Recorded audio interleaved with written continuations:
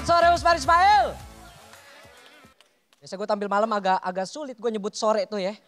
Mulut gue pengennya malam, cuma gue gak masuk semifinal kawan. Tapi meskipun gue close pick di 8 besar, gue bangga teman-teman jadi bagian finalis suci 11. Apalagi kita semua sama-sama tahu ya, season ini diakuin sama banyak orang sebagai season terbaik sepanjang sejarah. Kalau dihitung pre-show-nya doang. Kalau sama show-nya kayaknya enggak dah. Orang baru show 1 bukan cuma finalis, editor, juri dihujat netizen. Sampai ada yang bilang, Suci sekarang gak menarik, Suci sekarang gak seru. Seruan Cinta Fitri, beda. Cinta Fitri yang main ceweknya cakep, Siren Sungkar, wajar menarik. Iya kan? Lu lihat Suci 11 tadi, ceweknya bukan cewek. Sumpah gue juga di Instagram dikatain banyak banget gitu sama orang-orang. Bukan cuma dikatain, disaranin. Ada yang bilang, bang daripada stand up mending jualan pisang madu, astaga. Apalagi ketika gue close mic ya Allah. Kadang tuh emosi gue kepancing. Jadi setiap ada komentar-komentar negatif tentang gue balesin tuh satu-satu. Ada yang bilang gue gak lucu, gue balesin. Ada yang bilang gue garing, gue balesin.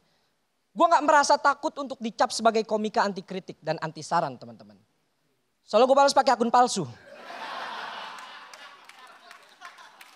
Namanya ini bukan Torik. Ketika gue close mic tuh hujatan makin parah. Karena datangnya bukan cuma dari netizen aja, tapi dari abang-abang juga. Contohnya David Nurbianto. Senior di komunitas gue, dia bilang apa sama gue? Gue tuh berharap panjang sama lu Rick. Secara jam terbang lu oke, secara lu tuh bagus buat industri. Harusnya di kompetisi lu tuh bisa panjang kalau ikut Take Me Out, astaga.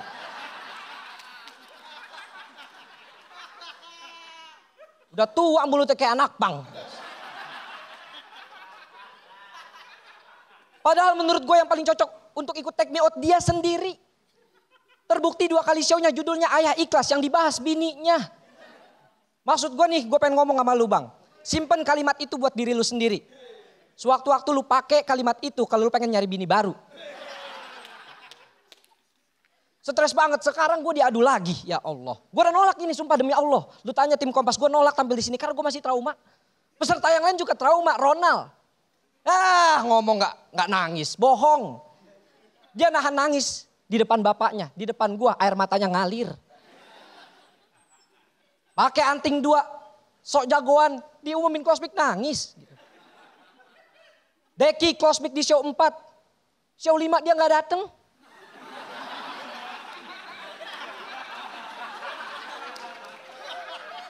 Gue tanya alasannya apa? Sakit. Kata gue ya ilah santai aja kali Mas Deki. Gue di show 3 juga begitu. Soal pura-pura dia. Sumpah gue stres banget gitu di kompetisi ini. Karena selama gue berkompetisi gue tuh udah biasa gitu.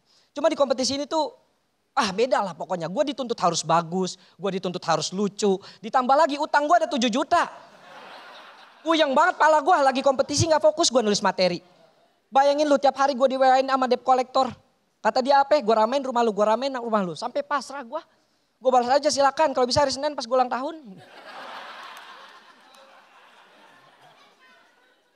Untuk stand up lagi tuh gue masih berat banget bang. Sementara skill gue yang bisa cuma stand up. Gak ada lagi gitu, skill yang lain gak bisa gue pamerin. Contohnya silat gitu. Karena menurut gue skill pencak silat gue itu bukan skill yang istimewa. Gak semua orang butuh. Contohnya Upit. Upit gak perlu silat gitu. Dia nih dirampok di tengah malam. Tinggal ngeluarin lipstick. Terus ngomong sama copetnya. Berani lu maju 1 langkah gue dandan. Terima kasih gue Torik. Torik, tadi closing lu hancur, keren. Tepuk tangan dong Torik. Tapi gini Torik. Kan gue udah lihat beberapa kali nih ya. Lo mau open mic gitu. Gue pikir yang pertama, Torik kenapa gugup ya, grogi ya, ya kan? Gue pikir tadi grogi gitu. Terus yang kedua, pertemuan kedua, Torik kenapa, kok masih grogi?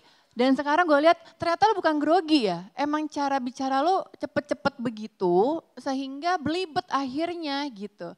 Jadi otak sama mulut agak kurang sinkron nih. Otaknya udah mikir kemana, mulutnya baru sampai mana gitu. Mungkin bisa lebih belajar untuk lebih tenang kali ya Torik ya. Lebih tenang, pelan-pelan aja. Mungkin kalau buru-buru takut misalnya materi lu hilang atau gimana gak sih, gue gak paham sih ya. Cuman yang penglihatan gue sih seperti kayak Torik kayaknya lu terlalu buru-buru deh. Padahal sebenarnya kalau lu tadi lebih santai, pembawaan lu tahu kapan lu harus lu bold suara lo atau lu tepan penekanannya di mana. Gue rasa tadi juga sempurna sih. Mungkin itu aja ya Torik ya. Thank you Torik. Semangat dong tepuk tangan buat Torik.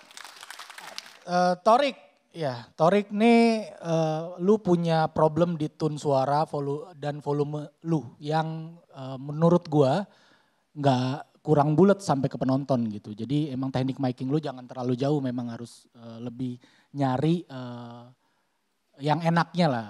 Delivery lu luar biasa bagus, emosinya tebel, ya cuman ada problem di penulisan aja. Tadi ada beberapa punchline yang menurut gua tanggung aja. Semangat buat Wahyu dan Torik, lu udah punya warna, udah punya pakem sendiri, pertahankan, lu punya karir di stand up comedy di Indonesia. Thank you. Untuk Torik, benar katanya David mikingnya sayang gitu. Udah tahu hummingnya kurang gitu ya, jadi maksudnya diafragmanya kurang. Jadinya kayak aneh banget, orangnya kayak secara gerak kayak ngotot, tapi suara kok tipis banget, jadi harus lebih deket lagi. Makasih banyak, thank you.